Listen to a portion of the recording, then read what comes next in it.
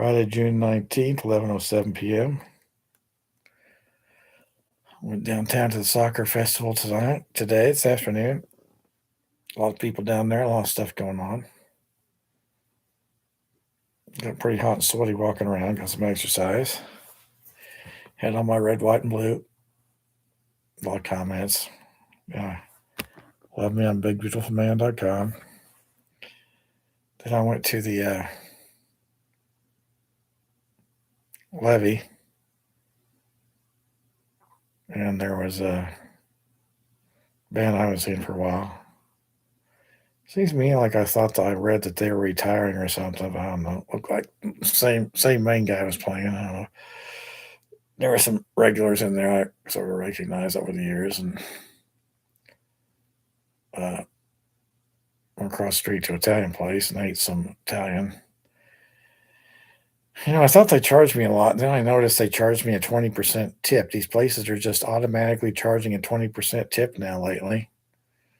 I even added a tip. I didn't pay attention to the 20% tip. And I thought, wait a second, how much was that? I look at it. It was a 20% tip automatically. So I don't really like that. So I'm gonna have to start. Well, I guess I'm gonna have to start. Not just popping in when I'm hungry.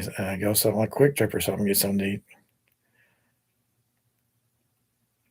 And of course, girl was sitting there from the old 75th Street Brew Jam and the levee.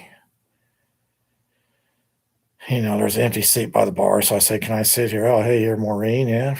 Can I sit here?" Oh, she is kind of like she didn't do a whole lot. She was talking to some girlfriend or something. Then when I was about to leave, she started saying something. She's going to Hawaii tomorrow. I said, "Oh," she was asking about the levee, and I said, "You going to levee tonight?" She goes, "No, I'm going to Hawaii tomorrow." Oh, wow. He didn't even call me to invite me to go along. She was just like, "What?" Yeah, I know. I'm just messing with her. I don't really know her except for I see her in the levee and 75th Street Brew Jam a long time. I like to mess with her. She's a nice enough girl. And I said, "Well, I hope you have a fun trip to Hawaii for a week." And went back to the levee.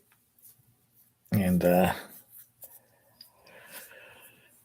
I went to the Parley's Brew House. They had band playing. They were all right, pretty good. And some of the regular girls weren't there. And there was a couple of girls, at least two girls I see once in a while in there, so I mess with them. I left. I was ready. I left like before the band ended. I think they went to 11 or 11:30. I left like quarter to 11. I was thinking about this lookalike stuff I have experienced for about 40, 50 years. It's kind of messed with me. Saw this guy on Facebook the other day. Picture of some guy, and I read it. And it says his name's Merrill, and he graduated from Shawnee Mission East, and so he wants to know if anybody knows where he's at. Can't remember what year it said. If he's older than me, younger than me. I saw his face. He looked like a guy who went to high school and junior high with me, who I knew a little bit. I was thinking, is that the guy? That looks like the guy who went to Shawnee Mission South in Indian Creek. Then I was thinking about something. That guy seems to me like I heard he was adopted. Him and his sister were adopted. His dad was a mortgage banker. His dad yelled at my dad, saying it's just a certificate or something when I was younger because they said I acted weird. I guess I still am. I heard something about that guy who works at a bank, Commerce Bank or something. I don't know. I thought I'd seen him. Maybe there's two or three of them who look like him. I don't fucking know. I wasn't really buddies or anything with them. Then I was thinking, that maybe his dad, if he was adopted, maybe he has the same. These two guys have the same dad. And maybe a story is the guy's dad worked at Merrill Lynch because his name's Merrill, and then He made a lot of money back then for what people got paid back then, and he had a wife. And then some other girl who looked like his wife started messing with him, saying, "I'm really your wife," playing games, messing with him, and he had children with both of them, both these women who look like each other, and then these kids, the kids they have look like each other. It could be a guy,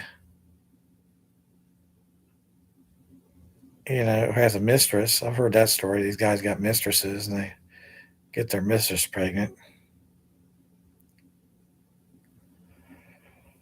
I don't know. So I don't know. It kind of just popped in my head. Some of these people who look like lookalikes around here, maybe they're lookalikes because they have the same biological parents, or one parent's the same, and they had an affair or something, and or people are messing with, and pretending to be somebody's husband and who look like the husband. Well, I mean, I admit one time I was down in Stillwater, and my buddy who always messed around, my fraternity brother, he was like, he was always like wanting to do stuff. I was like, well, what we could do is I could go into your bedroom, pretend I'm you, and see what your wife does. He goes, well, yeah, okay. I said, oh, what do you think? He said, I don't know. I was just thinking of something stupid to do. It's like the old days with people switching dates, or all that stuff they used to do. I mean, I don't know what the hell.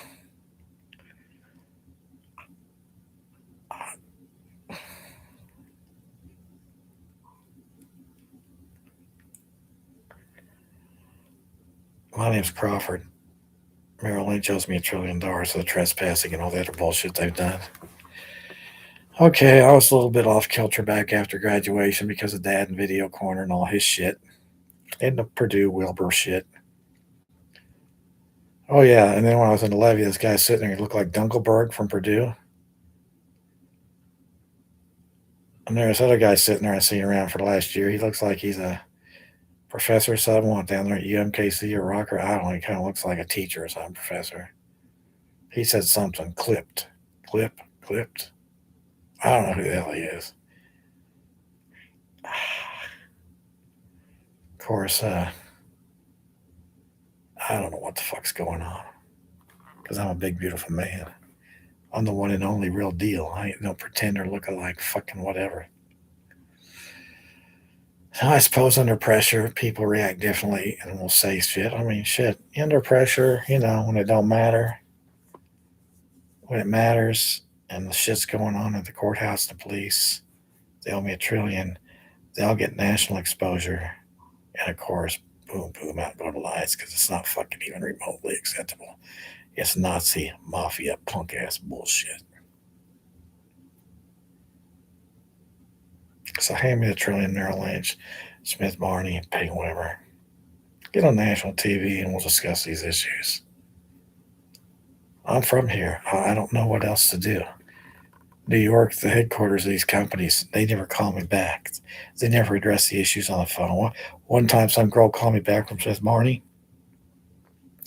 Who the hell knows who she was? Was she in New York? I don't know who the fuck she was. They didn't resolve the issues. So I'll get back to punks. Coldwell Banker, Reese Nichols, Berkshire. Just hand me $1 billion for your punk ass bullshit. Crumb bomb with sleeper hold from behind, suckering me, and of course, big tall Dave Johnson. Fucking, he didn't want me to get 2 years and to be a broker. Some realtor girl seems to say I'm famous. Well, if I'm famous, I need the billions. Yeah, nobody needs that much money. Nobody needs anything. On and on. All these arguments and shit can go on and on.